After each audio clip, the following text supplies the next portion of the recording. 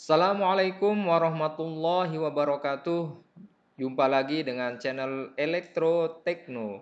Pada video kali ini kita akan membahas materi tentang model binomial. Model ini digunakan untuk menyelesaikan soal-soal untuk variabel acak yang diskrit, ya. Jadi dengan ciri-ciri bahwa ini nanti ada yang ditolak atau diterima, ya, komponen tadi baik atau rusak. Baiklah,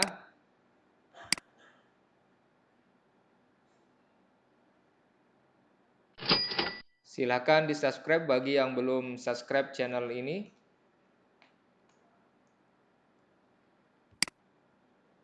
Diharapkan dengan mempelajari video ini nanti bisa menggunakan model binomial untuk menghitung probabilitas variabel acak diskrit. Kemudian model binomial ini, ya, merupakan salah satu contoh model probabilitas untuk variabel acak diskrit, ya. Selain binomial itu juga ada tentang Poisson, ya. Model ini digunakan untuk memperoleh probabilitas banyaknya sukses dalam eksperimen acak dengan syarat outcome tiap trial dalam eksperimen memiliki probabilitas sukses atau gagal yang sama. Jadi ada sukses, gagal, atau baik atau rusak, ya. Jadi ada sukses atau gagal, dan atau dengan kata lain misalkan dia baik atau rusak, ya, accepted atau reject.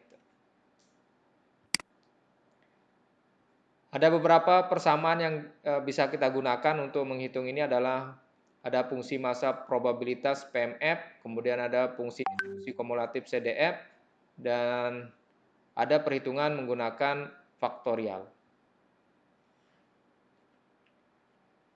Jadi ini fungsi PMF-nya untuk menghitung nilai dari probabilitasnya pada saat ke X atau ke K-nya. Kemudian menghitung CDF-nya adalah kumulatifnya atau jumlahnya. Kemudian ada perhitungan dengan kombinasi, ya. Jadi kombinasi dengan cara pembagian faktorialnya. Selanjutnya juga perlu diketahui bahwa ada tabel binomial, ya. Tabel ini sudah dibuat berdasarkan perhitungan yang dilakukan dengan nilai-nilai dari nilai X, N, dan nilai P-nya, ya. Jadi dari situ akan diperoleh nilai-nilai seperti ini. Kemudian misalkan bagaimana sih bentuk grafik dari binomial. Misalkan ini adalah binomial 5, 0,5, ya. Kalau kita lihat binomial untuk nilai N sama dengan 5 dan 0,5, maka kita bisa lihat bahwa nilainya seperti ini sebarannya, ya. Kemudian CDF-nya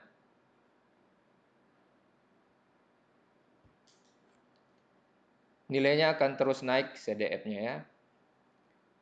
Jadi nilai CDF ini adalah nilai yang ini, kemudian nilai CDF 1 ini adalah dijumlahkan ini dengan ini, kemudian seterusnya dijumlahkan, dan hasilkan seperti ini. Jadi totalnya adalah 1. Kemudian contoh soal nih. Untuk memenuhi kebutuhan daya listrik di pabrik minimal membutuhkan 180 kW.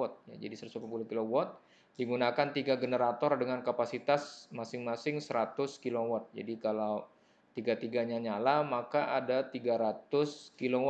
Sedangkan ini butuhnya 180 kW. Tiga generator tersebut mempunyai nilai keandalan yang sama, yaitu masing-masing 0,8. Jadi sama. Nah, ini ingat, ya, jadi keandalan atau bagusnya, ya, alat tadi, komponen tadi, berarti ini kaitannya dengan binomial. Ya, jadi misalkan ini sebuah pembangkit listrik, maka ditanya di soal adalah tentukan probabilitas bahwa sistem dengan 3 generator tersebut dapat memenuhi kebutuhan daya di pabrik, ya. Kalau secara hitungan biasa bahwa 100 ditambah 100 kan sudah 200 kW. Tapi apakah seperti itu? Kita lihat. Banyaknya generator dalam keadaan baik, yaitu dengan probabilitas generator dalam keadaan baik itu sama dengan keandalan generator, yaitu sebesar 0,8. Kemudian banyaknya generator itu adalah N sama dengan 3. Kemudian X itu binomial, kita tulis 3,0,8.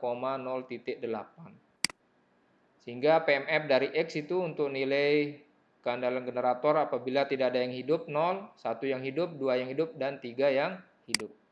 Maka kita menggunakan persamaan di awal tadi ya, persamaan menghitung PMF dan persamaan kombinasi ya, perhitungan dengan kombinasi. Untuk K sama dengan 0 atau tidak ada generator yang hidup, maka probabilitas X 0 itu sama dengan probabilitas X sama dengan 0, di mana kita masukkan ke dalam persamaan binomial, maka akan ketemu nilai 0,008. Jadi perhatikan ya, K-nya ini pangkatnya 0, kemudian N min K, D3 dikurangi 0. Sehingga dihasilkan hasil 0,008. Kemudian untuk K sama dengan 1, probabilitas X1 itu sama dengan kombinasi 3 dan 1 dikali dengan nilai probabilitas berpangkat K, kemudian dikali 1 min probabilitas baik, dikali pangkat N min K. 3 min 1 sama dengan 0,096.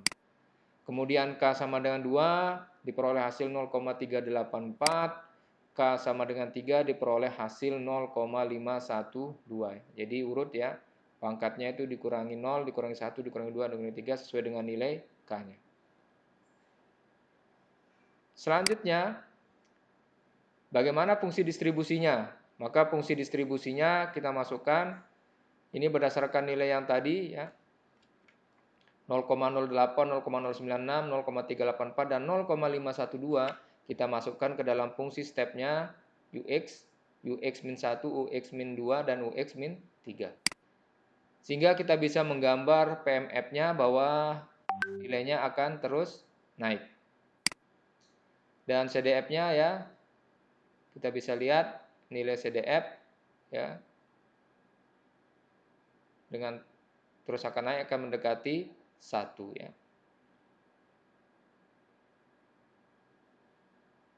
Kemudian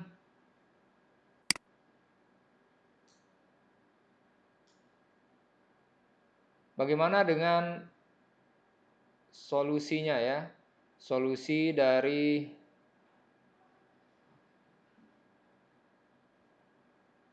tahapan berikutnya ya. Jadi setelah kita ketemukan nilai K sama dengan 0 sampai K sama dengan 3, maka bagaimana dengan sistem dapat memenuhi kebutuhan daya jika jumlah generator dalam keadaan baik paling tidak ada 2 ya. Karena 100 tambah 100, 200 butuhnya 180. Maka sistem dapat memenuhi kebutuhan daya itu sama dengan setidaknya 2 generator dalam keadaan baik. Artinya arus generatornya X itu lebih besar atau sama dengan 2. Jadi lebih besar sama dengan 2, artinya X sama dengan 2 ditambah X sama dengan 3. Ya, jadi lebih besar sama dengan 2, maka 2 masuk dan 3. Sehingga kita masukkan nilainya 0,384 dan 0,512. Sehingga totalnya adalah 0,896. Maka ini adalah ya nilai probabilitasnya, bahwa probabilitas sistem dapat memenuhi kebutuhan daya sebesar 0,896. Selanjutnya, contoh yang kedua, misalkan kepala bagian produksi PT Elektrotekno ya melaporkan bahwa rata-rata produksi televisi yang rusak setiap kali produksi adalah sebesar 15%. Di kerusakan 15% jika dari total produksi tersebut diambil secara acak sebanyak 4 buah televisi. Artinya kalau rusaknya 15%, maka baiknya itu adalah 85% atau 0,85. Yang ditanya adalah berapakah nilai probabilitas 2 buah televisi baik ya, dari 4 ini berapakah probabilitas kalau 2 yang baik. Maka kita tulis yang diketahui banyak TV dalam keadaan baik. Probabilitas TV dalam keadaan baik itu sama dengan keandalan TV yaitu 1 dikurangi 0,15 ya, atau 15% tadi, maka akan ketemu nilai 0,85. Inilah nilai keandalannya. Jika kita masukkan dengan sampel 4 dan keandalan 0,85, kita bisa menghitung untuk K sama dengan 2 menggunakan persamaan di awal ya, persamaan PMF dan kombinasi. Maka kita bisa menghitung K sama dengan 2 ya, akan diperoleh hasil sama dengan 0,0975 ya. Jadi kita masukkan nilai-nilai ke persamaan ini akan ketemu hasil 0,0975. Inilah ya probabilitas yang dihasilkan. Selanjutnya contoh soal yang ketiga, jika 20% dari baut-baut yang diproduksi oleh suatu mesin rusak, jadi 20%-nya itu rusak. ini baut-baut yang diproduksi rusak, maka tentukan peluang bahwa dari 4 baut, jadi diambil sampel 4 yang diambil secara acak, terdapat 1 yang rusak, 0 rusak, kurang dari 2 yang rusak. Sekarang coba kita lihat dari sisi yang berbeda. Kalau 2 contoh sebelumnya tadi kita lihat dari sisi baiknya, andalnya atau bagusnya, maka sekarang kita coba lihat dari sisi rusaknya ya. Maka agak sedikit berbeda ya. Jadi dalam kadar rusak nih saya tandai kadar rusak maka sebesar 0,2. Jadi binomialnya berubah 4,02. Maka kita masukkan ke persamaan. Untuk yang satu rusak maka di sini dimasukkan nilainya adalah nilai P-nya itu adalah 0,2 dan di sini adalah 1 dikurangi 0,2 pangkatnya 4 min 1 0,4096 hasilnya. Untuk yang 0 yang rusak kita masukkan K sama dengan 0, hasilnya 0,4096.